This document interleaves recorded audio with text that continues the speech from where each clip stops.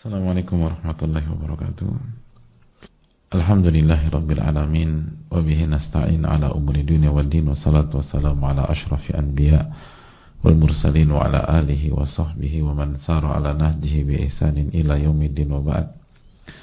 Hadirin Allah muliakan, alhamdulillah kita panjatkan puji dan syukur kita kepada Allah Subhanahu wa taala atas nikmat yang Allah berikan kepada kita.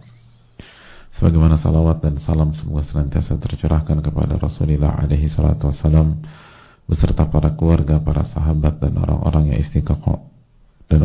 istiqomah berjalan di bawah naungan sunnah beliau sampai hari kiamat kelak. Allahumma inna nas'aluka ilman nafi'a wa na'udzubika min ilmin la yanfa'.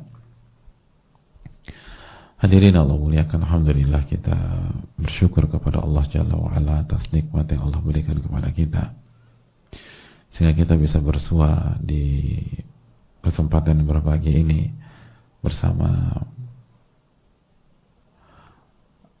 kitab yang sangat fenomenal, kitab yang bernama Riyadhus Shalihin, kitab yang merupakan bukti bagaimana Allah menjaga hamba dan karya seorang hamba.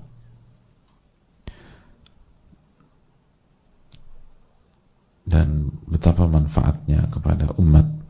Dan semoga Allah merahmati Imam Nawawi, orang tua beliau, keluarga beliau, para ulama kita. Semoga Allah merahmati guru-guru kita, dan semoga Allah merahmati umat dimanapun berada. Amin ya rabbal alamin. Hadirin Allah muliakan, kembali ke bab uququl walidain dan qati'atur rahim, bab durhaka kepada orang tua dan memutuskan tali silaturahim. Dan kita masih berada di dalil yang ketiga. Wa qada rabbuka alla ta'budu illa iyyahu wa bil walidaini ihsana imma yablughanna 'indaka al-kibara ahaduhuma aw kilahuma fala taqul lahumā uffin wa la tanharhumā wa qul lahumā qawlan karīmā.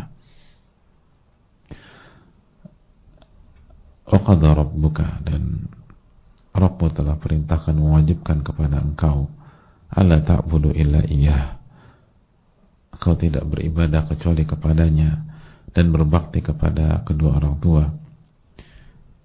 Dan ketika salah seorang dari mereka atau keduanya berusia tua, fala taqul lahumā uff, jangan mengatakan uff, wala tanharhumā, dan jangan menghardik dan jangan suara tinggi, dan ucapkanlah kalimat yang mulia. Hadirin Allah muliakan, pada pertemuan yang lalu kita sudah jelaskan bahwa penyebutan momen ini oleh Allah Subhanahu wa taala menunjukkan momen yang gak mudah, momen yang berat, karena kondisi orang tua akan melemah dalam banyak, bahkan hampir dari semua sisi duniawi, fisik, kesehatan, daya ingat, cara berpikir, bahkan banyak yang finansial, banyak yang sudah nggak bisa bekerja lagi dan lain sebagainya. Emosi juga sulit terkontrol. Maka pada saat itu kita ditekankan untuk berbakti kepada mereka, bahkan di level yang berbeda, di level yang begitu tinggi. Lihat bagaimana Allah katakan 3 hal yang Allah sampaikan. Yang pertama, fala taqul lahumā uff, jangan mengatakan uff. Yang kedua, wala tanharhuma, dan jangan nahar. Dan yang ketiga, wa qul lahumā qawlan karīmā, dan ucapkanlah kalimat yang mulia. Hadirin Allah muliakan, 3 hal yang ditekankan oleh Allah.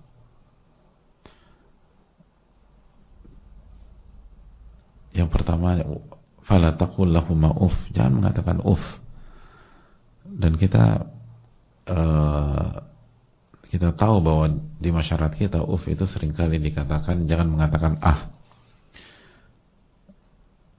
dan itu tidak salah, namun itu makna belum sampai ke titik utuh dari kata uff, karena kata uff dijelaskan banyak para ulama adalah cara yang paling lunak, cara yang paling lembut dalam membuat orang tidak nyaman atau menyakiti atau mengganggu. Jadi kalau kita mau pakai cara yang paling lembut untuk membuat orang nggak nyaman atau orang merasa terganggu atau orang merasa tersakiti, maka kata itu adalah uff.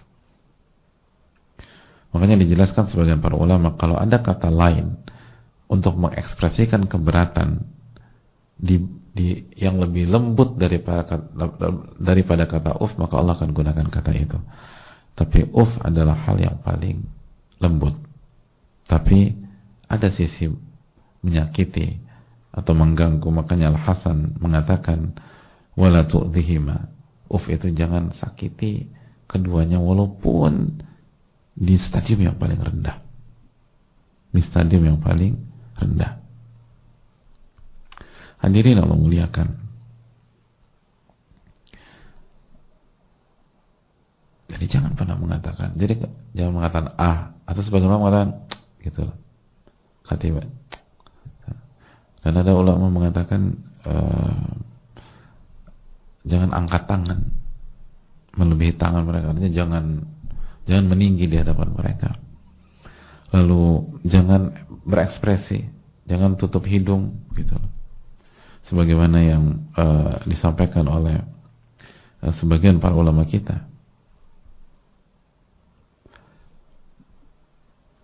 Apabila orang tua kita di usia tua misalnya mengeluarkan atau buang angin atau buang air, jangan tutup hidung dan tunjukkan ekspresi, karena begitu kita tutup hidung, orang tua kita nggak nyaman, orang tua kita merasa mengganggu kita, buat kita nggak nyaman, akhirnya mereka nggak nyaman. Jangan lakukan itu.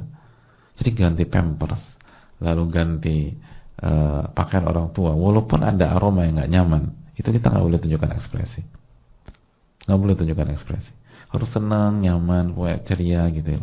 Sebagaimana orang tua kita tidak menunjukkan ekspresi negatif ketika ganti popok kita saat kita kecil, pada saat ganti celana kita pada saat kita kecil, pada saat ganti baju kita pada saat kita kecil. Walaupun mungkin kita habis pipis, kita pup dan seterusnya, orang tua kita nggak menunjukkan ekspresi negatif, bahkan mereka senang.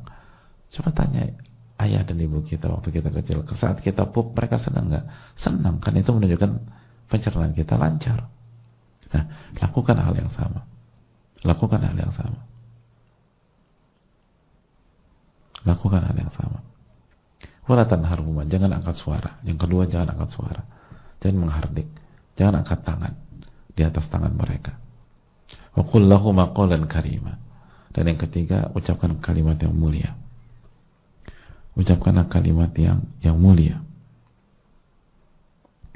Hadirin Allah muliakan, kalimat yang indah, kalimat yang membuat mereka senang, sebagaimana para ulama mengatakan membuat mereka bahagia, membuat mereka ceria, membuat mereka happy. Itu kalimat yang mulia, sebagaimana kita sudah bahas.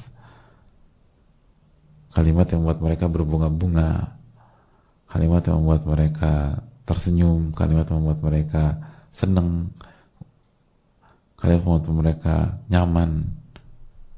Kalau misalnya kita harus menyampaikan kondisi kesehatan mereka, harus hati-hati banget, jangan sampai mereka sedih, mereka harus happy, mereka harus bahagia dan seterusnya. Wa qul lahum qawlan karima. Kalimat yang membuat mereka merasa dimuliakan, merasa dihargai, merasa tetap diakui, merasa benar-benar berada di makom orang tua dan seterusnya. Itu yang dijelaskan para ulama. Jadi kalimat, jadi bayangkan, nggak boleh mengatakan nggak boleh mengekspresikan hal yang membuat mereka nggak nyaman. Lalu nggak boleh angkat suara, nggak boleh menghardik, nggak boleh angkat tangan, nggak boleh kasih ekspresi yang negatif, nggak boleh kasih body language yang buruk, nggak boleh tutup hidung kalau ada aroma yang nggak nyaman, nggak boleh mungkin main mata atau mengkerutkan dahi, nggak boleh main alis. Lalu kalau bicara, gunakan kata-kata yang membuat mereka tersanjung, membuat mereka terharu, membuat mereka senang, membuat mereka bahagia, membuat mereka tersentuh, membuat mereka terhormat, membuat mereka merasa dimuliakan, membuat mereka bahagia, membuat mereka nyaman, membuat mereka plong, membuat mereka lega. Nah, itu yang harus dilakukan. Kapan? Di saat fase yang paling gak kondusif, di saat mereka tua, di saat fase terberat. Yang artinya kalau fase terberat saja kita diperintahkan demikian, lalu bagaimana jika fasenya di bawah itu? Bagaimana jika fasenya tidak seberat itu? Bagaimana jika fasenya lebih ringan dari itu? Maka kita harus berupaya untuk membuat mereka tetap nyaman dan membuat mereka mulia, dan jangan sampai ribut hal-hal receh. Akhirnya kita durhaka, akhirnya kita buat mereka kesal, apalagi buat mereka menangis. Na'udzubillah, thumma na'udzubillah. Ridho Allah fi ridhal walid. Ridho Allah tergantung ridho orang tua. Kalau orang tua ridho dengan kata-kata lembut kita, dengan kata-kata baik kita, dengan kata-kata indah kita, orang tua ridho, orang tua senang, orang tua bahagia, orang tua ketawa, orang tua kita merasa nyaman, maka Allah akan ridho dengan kita. Dan kalau Allah ridho dengan kita akan bahagia dunia dan akhirat. Ini yang bisa disampaikan. Jazakallahu khairan. Wassallallahu alaihi wasallam. Muhammad subhanahu wa ta'ala. Assalamualaikum warahmatullahi wabarakatuh.